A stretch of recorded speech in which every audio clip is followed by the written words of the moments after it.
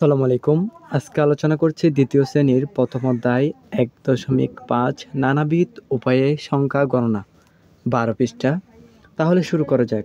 এখানে নিচের নিয়ম অনুযায়ী ১০০ পর্যন্ত সংখ্যা চিহ্নিত করি।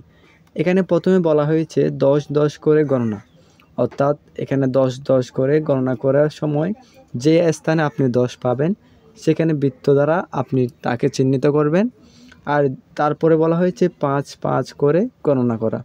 তারপর আপনি প্রতিটা ৫ পঞ্চম স্থানের মধ্যে যে সংখ্যাটি পাবেন ওইটাকে এ চিহ্ন দ্বারা চিহ্নিত করবেন।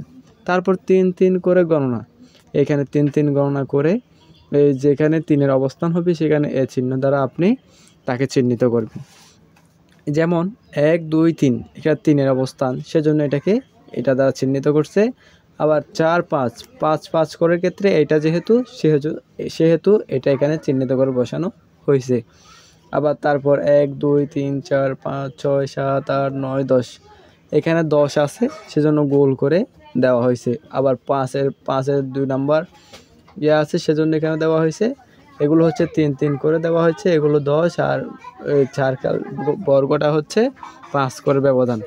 এগুলো এরকম প্রত্যেকটা আপনি ৩ করে এরকম দিবেন, ৫ হলে এরকম করে চিহ্নিত করবেন এবং ১০ হলে বৃত্ত আকারে আপনি সবগুলো চিহ্নিত করবেন।